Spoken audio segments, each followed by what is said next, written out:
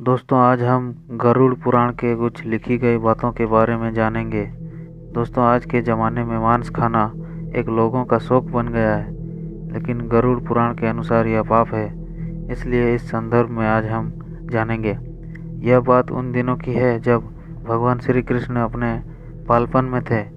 एक बार जब श्री कृष्ण एक पेड़ के नीचे बैठे बांसुरी बजा रहे थे, उसी तरह एक हिरण दौड़ता चला आया और उनके पीछे जाकर छुप गया। वह हिरण बहुत ही घबराया हुआ था। भगवान श्री कृष्ण ने उसके सिर पर हाथ फेरते हुए कहा, क्या हुआ, तुम क्यों छिप रहे हो? उसका पीछा करते हुए एक शिकारी भी वहां आ पहुंचा और बोला, यह मेरा शिकार है, इसे मुझे दे दो, इस पर मेरा अधिकार है।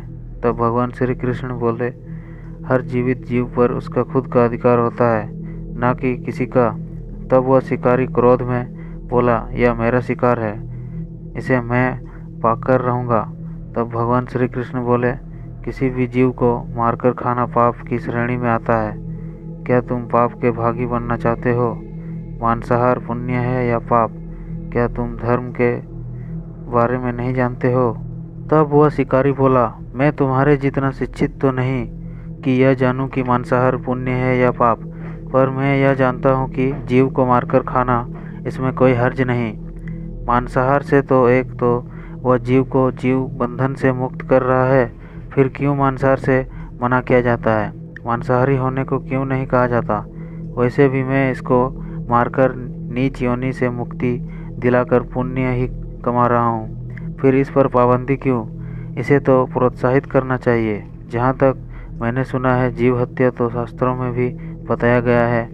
राजा लोग शिकार क्या करते थे? ऐसे तमाम तर्क देते हुए श्री कृष्ण से पूछा कि फिर क्यों ये मांसाहार गलत है और पाप की श्रेणी में आता है? आप ही बताइए, मांसाहार पुण्य है या पाप? भगवान श्री कृष्ण समझ गए कि इसकी बुद्धि मांस खाने के कारण तमसिक हो गई है और उसने सोचने और समझने की बुद्धि भी खो दी है। फिर भगवान श्री कृष्ण बोले, इस अंतहीन विषय पर पहले मैं कोई राय नहीं दूंगा। मेरी इस छोटी सी कथा सुनने के बाद तुम ही उत्तर देना कि मांसाहार पुण्य है या पाप, और तुम्हें मांस खाना है या नहीं। वह शिकारी सोचने लगा कि इसमें मेरा तो कोई घाटा नहीं है, इसका कथा को मैं सुन ही लेता हूँ, मेरा मनोरंजन भी हो जाएगा और बाद में मुझे इसका मांस भी मिल जाएगा। तो भगवान श्री कृष्ण ने अपनी कथा आरंभ की। एक बार मगध के खाद्य संकट खड़ा हो गया तो अन्न का उत्पाद कम रहा। राजा को चिंता हुई कि यदि इस समस्या का शीघ्र निदान नहीं किया गया तो संरक्षित अनाज कोष भी खत्म हो जाएगा और संकट भीषण हो जाएगा। तो सम्राट ने अपनी राज्य सभा से पूछा, देश के खाद्य समस्या को सुलझाने के लिए सबसे सस्ती वस्तु क्या है? मंत्रीगण सोच में पड़ गए। चावल, गेहूँ, आलू इत्यादि पदार्थों को उगाने के लिए बहुत श्रम करना पड़ता है। वह तभी प्राप्त होते हैं जब प्रकृति का प्रकोप ना हो। ऐसे में तो कुछ सस्ता हो ही नहीं सकता। तभी शिकार का शौक रखने वाले एक मंत्री ने सोचा कि यही उत्तम अवसर है, क्यों ना अंधाधुंध शिकार के लिए राजा की अनुमति ले ली जाए। उसने सभा में कहा कि सबसे सस्ता खाद्य पदार्थ है मांस। इसके लिए धन का खर्च भी नहीं है और पौष्टिक खाना भी मिलता है। सभी सामंतों ने इस बात का समर्थन कर दिया, लेकिन मगध के प्रधानमंत्री अभी भी चुप थे। सम्राट ने पूछा, प्रधानमंत्री आप चुप क्यों हैं? आपने कोई अनुमोदन नहीं दिया, आपका क्या मत है? प्रधानमंत्री ने कहा, मैं यह नहीं मानता कि यह कथन सही है कि मांस सबसे सस्ता पदार्थ है। फिर भी इस विषय पर मैं अपने विचार आपके सामने कल रखूंगा। प्रधानमंत्री उसी रात मांसाहार का प्रस्ताव रखने वाले सामंत के घर पहुंचे। सामंत ने इतनी देर रात प्रधानमंत्री को अपने घर आया देखा तो वह घबरा गया। किसी अनिष्ट की आशंका से वह कांप गया। प्रधानमंत्री ने कहा, संध्या को महाराज बीमार हो गए, उनकी हालत बहुत ही खराब है। राज्य वैद्य ने कहा है कि किसी शक्तिशाली देह का 2 तोला मांस मिल जाए तो राजा को प्राण बचाए जा सकते हैं। आप महाराज के सबसे विश्वास पात्र हैं, इसलिए आपसे योग्य कौन होगा? इसके लिए आप जो भी मूल्य लेना चाहें ले सकते हैं। आप कहें तो इस काम के लिए मैं आपको 1,00,000 स्वर्ण मुद्राएं भी दे सकता हूँ। एक बड़ी जागीर भी आप मांग सकते हैं। बस आप अपनी इच्छा कहें, मैं कटार से आपके हृदय को चीर कर बस 2 तोला मांस निकाल लूँगा। यह सुनकर सामंत के चेहरे का रंग फीका पड़ गया। वह सोचने लगा, जब जीवन ही नहीं रहेगा तो 1,00,000 स्वर्ण मुद्राओं से मैं क्या करूँगा, और बड़ी जागीर भी किस काम आएगी। वह झटपट अंदर भागा और अपनी तिजोरी से 1,00,000 स्वर्ण मुद्राएं लेकर आया। मुद्राएं देकर उसने प्रधानमंत्री के पैर पकड़ लिए और गिड़गिड़ाते हुए बोला, श्रीमंत, मैं आपकी 1,00,000 मुद्राओं में अपनी 1,00,000 मुद्रा और मिलाता हूँ। इस पैसे से आप किसी और सामंत के हृदय का मांस खरीद ले, किंतु मुझे जाने दें, यह बात किसी और को पता ना चले, मैं आपसे आग्रह करता हूँ। प्रधानमंत्री जी यह सब समझ चुके थे। वह उसे थोड़ी और मानसिक पीड़ा देना चाहते थे। प्रधानमंत्री ने आगे कहा, सामंत, आप शरीर से बलिष्ठ हैं, आपकी कद काठी महाराज से मिलती जुलती है, इसलिए राजवेद ने खास तौर पर आप ही का नाम लिया है। आपके दान से हमारे अच्छे राजा का जिंदगी बच सकती है। आप कहे तो मैं आपको प्रधानमंत्री का पद देने को तैयार हूँ और खुद आपका कर्मचारी बनकर रहूँगा, पर प्रजा से हमारे राजा ना छीने। सामंत तो हंसता हुआ दिख रहा था। उसने शरीर पर अंग वस्त्र रखकर अपने जूते भी पहन लिए। जैसे ही वह वहाँ से भागने वाला था, वह तुरंत प्रधानमंत्री के पैरों में लेट गया।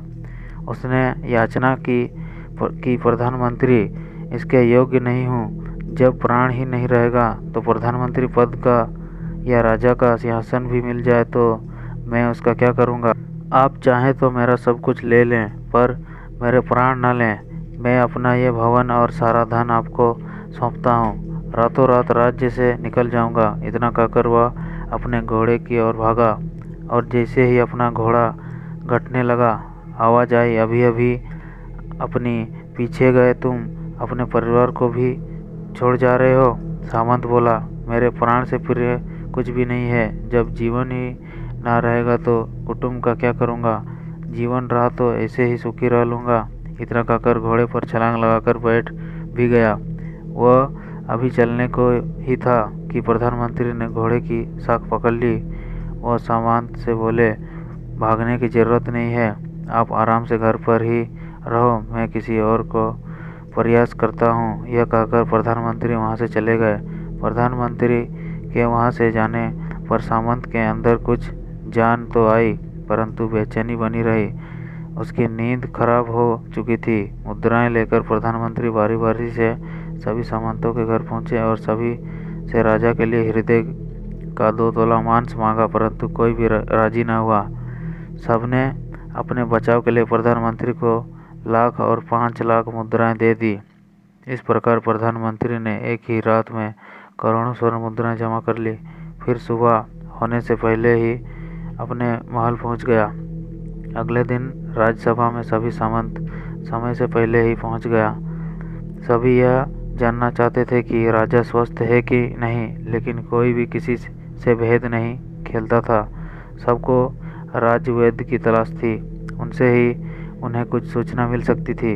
प्रधानमंत्री ने सैनिकों को आज्ञा दे रखी थी कि जब तक महाराज राज्यसभा में ना आए, किसी भी सामंत को भी महल से बाहर जाने की आज्ञा नहीं है।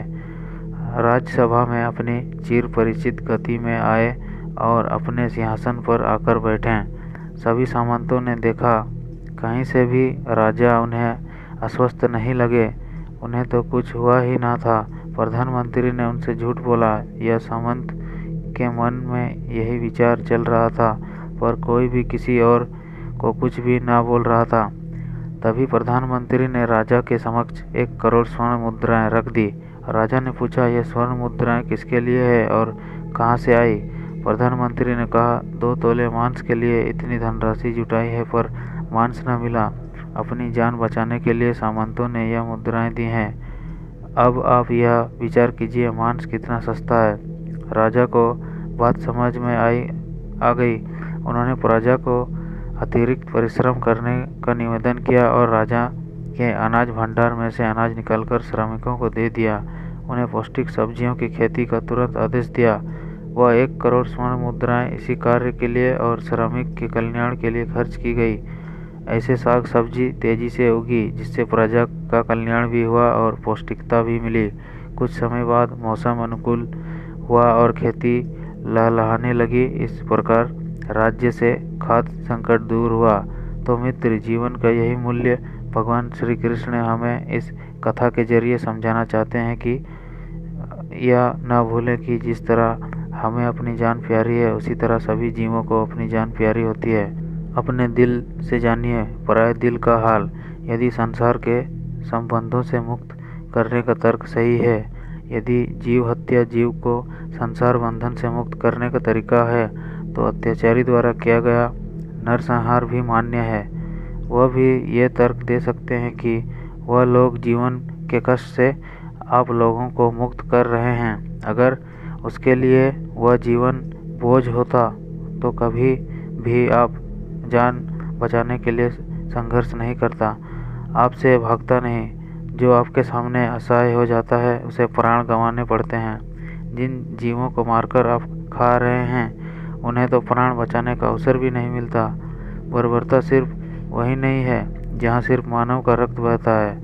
बर्बरता उसे भी कही जाती है जहाँ स्वार्थ के लिए किसी जीव का हत्या कर दी जाती है। हम अंत समय में जिंदगी भर के पापों के लिए जिंदगी भर सुकर्म करने की कोशिश करते हैं, परंतु हम यह भूल जाते हैं कि जब वह जीव हमारे लिए काटा गया है और हमारे लिए तड़पा, उसका श्राप हमें इस जीवन में ही नहीं बल्कि अगले जीवन तक नहीं छोड़ता। परमात्मा से यह ज्ञान पाकर शिकारी परिपूर्ण हो गया और उसे ज्ञान की प्राप्ति हो गई और वह जान गया कि महानता जीवन लेने में नहीं बल्कि जीवन देने में है। शिकारी भगवान के आगे हाथ जोड़कर वहाँ से चला गया और उसने कसम खा ली कि वह अपने संपूर्ण जीवन में किसी को भी कभी चोट नहीं पहुँचाएगा।